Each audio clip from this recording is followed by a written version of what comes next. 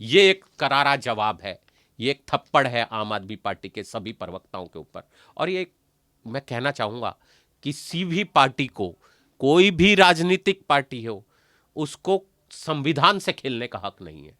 लेकिन आप कोर्ट नहीं जाएंगे, समन पर विक्टिम कार्ड खेलेंगे। और अब क्या कहेंगे अरविंद केजरीवाल, जब कोर्ट ने उनके सभी समन को जायज मानते हुए आप ही को समन पर ना आने के लिए दोषी मानते हुए आपके खिलाफ एफआईआर करने का मतलब एक समनिंग की है। क्रिमिनल समनिंग बोलते हैं इसे क्रिमिनल भाषा में। अब आप क्रिमिनल केस में अभियुक्त बनकर जाने वाले हैं। 17 तारीख को अभियुक्त अरविंद केजरीवाल कोर्ट के समक्ष पेश होंगे। नमस्कार, मैं हूं आपके साथ अर्जुन खजूरिया और आपका स्वागत है हमारे चैनल पर। दिल्ली के मुख्यमंत्री अरविंद केजरीवाल, जो पिछले एक लंबे समय से चर्चाओं में है दिल्ली शराब घोटाले को लेकर के, और लगातार उन पर यह आरोप लगता है कि जो दिल्ली में ये बहुचर्चित शराब घोटाला हुआ है, बिना अरविंद केजरीवाल के इन्वॉल्वमेंट के इतना बड़ा घोटाला हो ही नहीं सकता। इसी बीच आप सब जानते हैं 5 बार समन दिया गया ईडी की तरफ से, नहीं गए पेश होने। फिर ईडी जो है वो राउज एवेन्यू कोर्ट जाती है, कोर्ट में शिकायत की जाती है, और अब जो है 17 फरवरी को बुलाया गया है अरविंद केजरीवाल को कोर्ट में। अब इन पर कानूनी क्या एंगल है, लीगल क्या एंगल है, इसमें इन तमाम मुद्दों पर बातचीत करने के लिए हमारे साथ सीनियर एडवोकेट संकेत गुप्ता जी हैं। आपका स्वागत है हमारे चैनल पर। संकेत जी, क्या ऑर्डर है कोर्ट का, जरा बताइए दर्शकों को, क्या कहा गया है कोर्ट की तरफ से अरविंद केजरीवाल को लेकर के। देखिए, दिल्ली के मुख्यमंत्री अरविंद केजरीवाल जी को प्रवर्तन निदेशालय की तरफ से बार बार समन किया जा रहा था। और यह समन कोई भी किसी भी तरीके का कोई राजनीतिक ढंग से वो समन नहीं था।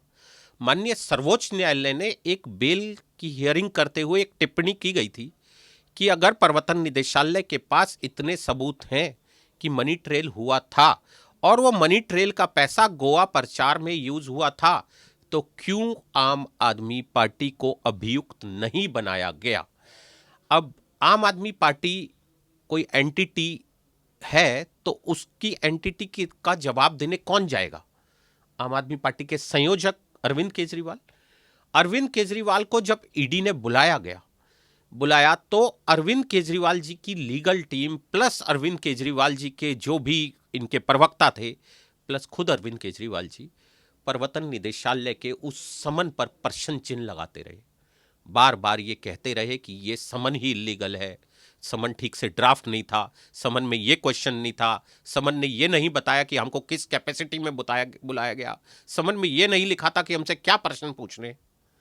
लेकिन पीएमएलए की धारा 50, ऐसा कोई भी समन के अंदर ये सब लिखना, क्योंकि कोई स्पेशल आदमी नहीं है, समन दिया जाता है। और समन में जब किसी भी आदमी को गवाही के लिए या जांच के लिए बुलाया जाता है तो उसकी जांच के दौरान पता चलता है कि इनको गवाह बनना है या इन्हें अभियुक्त बनाया जाना है। तो इसीलिए जो शेड्यूल में मेंशन्ड जो हम समन का जो फॉर्मेट है, उसी फॉर्मेट पर वो समन अरविंद केजरीवाल जी को भेजा गया। अब क्योंकि वो 5 बार गए नहीं और राजनीतिक तरीके से पब्लिक के अंदर एक विक्टिम कार्ड प्ले करते रहे, तो प्रवर्तन निदेशालय ने एक कंप्लेंट, क्रिमिनल कंप्लेंट, आप इस बात को, इन शब्द को समझिएगा, criminal complaint Rouse Avenue court के अंदर डाली। और उस क्रिमिनल कंप्लेंट के ऊपर, क्रिमिनल कंप्लेंट में तमाम सबूत जो कंप्लेंट के साथ लगाए जाते हैं, उन सभी सबूतों का कोर्ट ने बारीकी से निरीक्षण किया।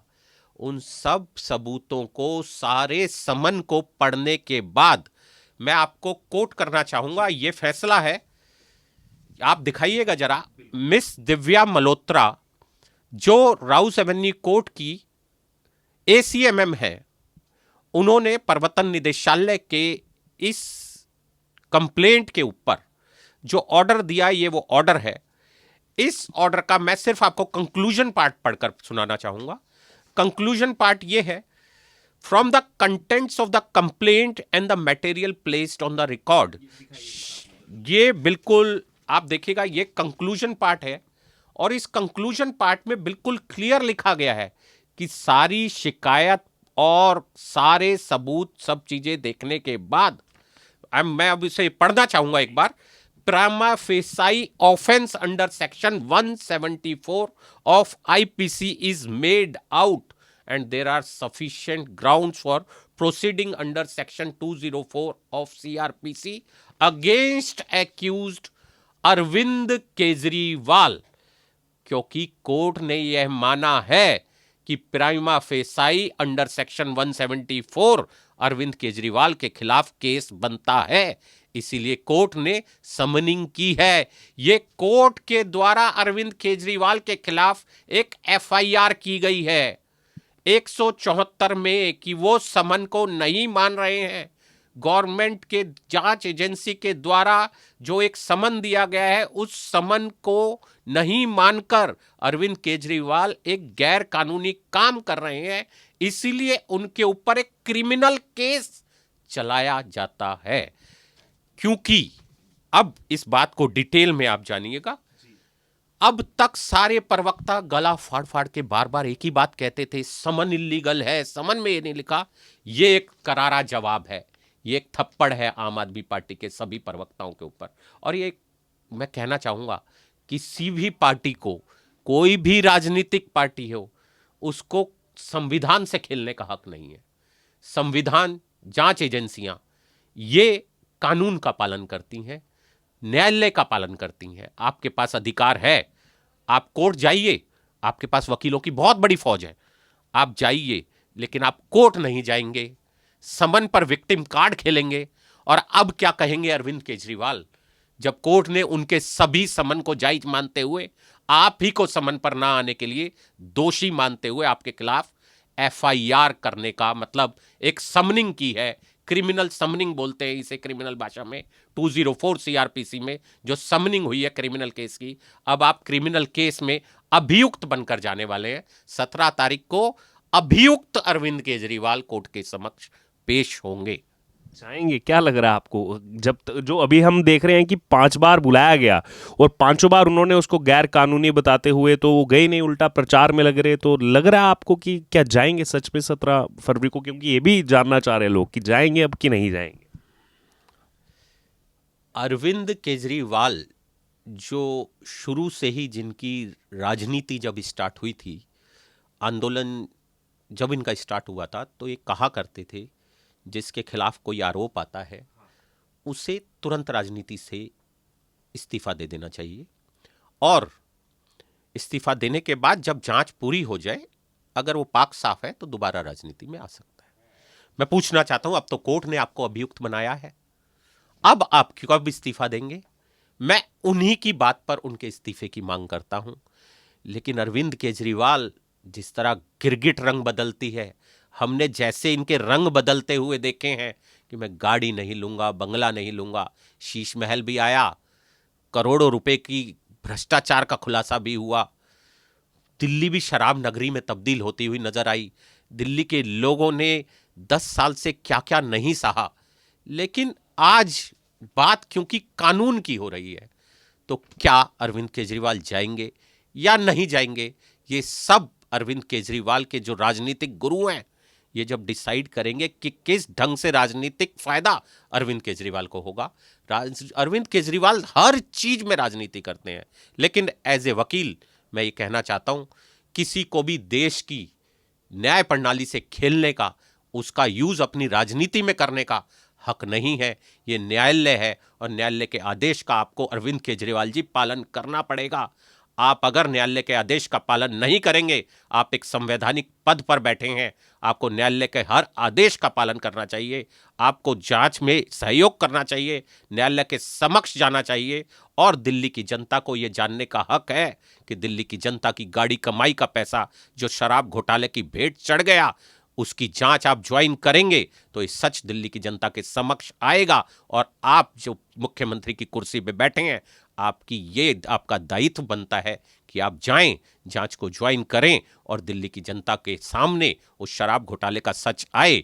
और मैं आपसे ये कहना चाहता हूं, केजरीवाल जी और आपके मंत्री झूठ ना फैलाएं। न्यायालय के लिए और जांच एजेंसियों के लिए लोगों के मन में जो आपने विरोधाभास और शक भर दिया है, ये शक देश के लिए बहुत बड़ा खतरा है। जिस दिन न्याय से, जिस दिन जांच एजेंसियों से लोगों का भरोसा उठ जाएगा, जो आपकी एक बहुत गहरी साजिश है, वो ये देश, आप क्या चाहते हैं कि इस देश में लोग कानून का पालन ना करें, तो आप एक ऐसा उदाहरण पेश कीजिए। अब तक आप कानून का पालन नहीं कर रहे हैं, कानून से भाग रहे हैं, आप भागिए मत। क्योंकि कानून आपके घर तक, आपके ऑफिस तक न्यायालय के आदेश से आएगा और दूध का दूध, पानी का पानी होगा।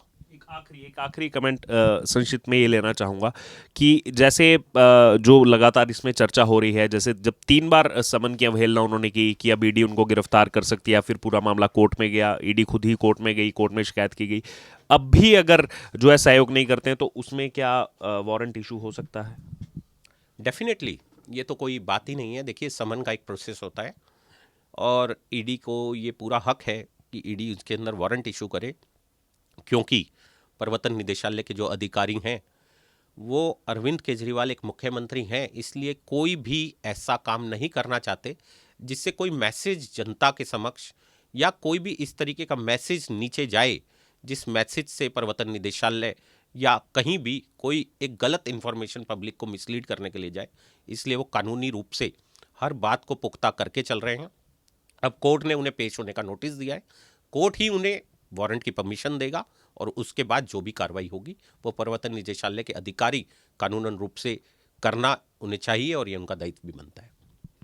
तो ये सुना आपने हमारे साथ, आप कुछ दिखाना भी चाह रहे हैं, कुछ आपने ऑर्डर में? यही दिखाना चाहूंगा कि उन्होंने जो सेक्शन 50(2) बताया है, ये समन की डेट्स हैं, ये समन दिया गया, ये फैसला सभी को पढ़ना चाहिए।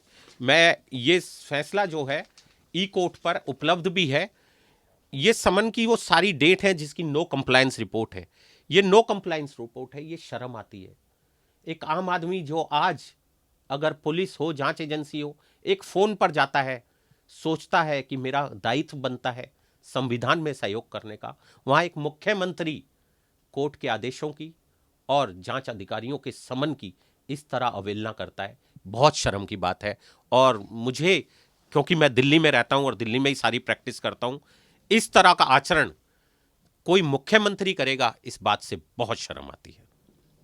तो आपने सुना हमारे साथ सीनियर एडवोकेट संकेत गुप्ता जी को, जिन्होंने तमाम वो कानूनी पहलू बताए यहाँ पर जो अरविंद केजरीवाल को बुलाया गया है 17 फरवरी को, और इसमें किस तरीके से जो ऑर्डर आया है, ये ऑर्डर अपने में जो है आई ओपनर है कि जो एक तरफ आम आदमी पार्टी क्लेम कर रही है, विक्टिम कार्ड प्ले करने की कोशिश कर रही है, और दूसरी तरफ सच्चाई क्या है जो कोर्ट के अंदर से कही जा रही है, वो सब आपके सामने ऑर्डर का भी इन्होंने बताया, जो कहा गया, कंक्लूजन जो बताया गया वो भी आपको बताया। अब आपका क्या कहना है इस पूरे मामले पर, आपकी क्या राय है, आप जरूर हमारे साथ कमेंट बॉक्स में शेयर करें।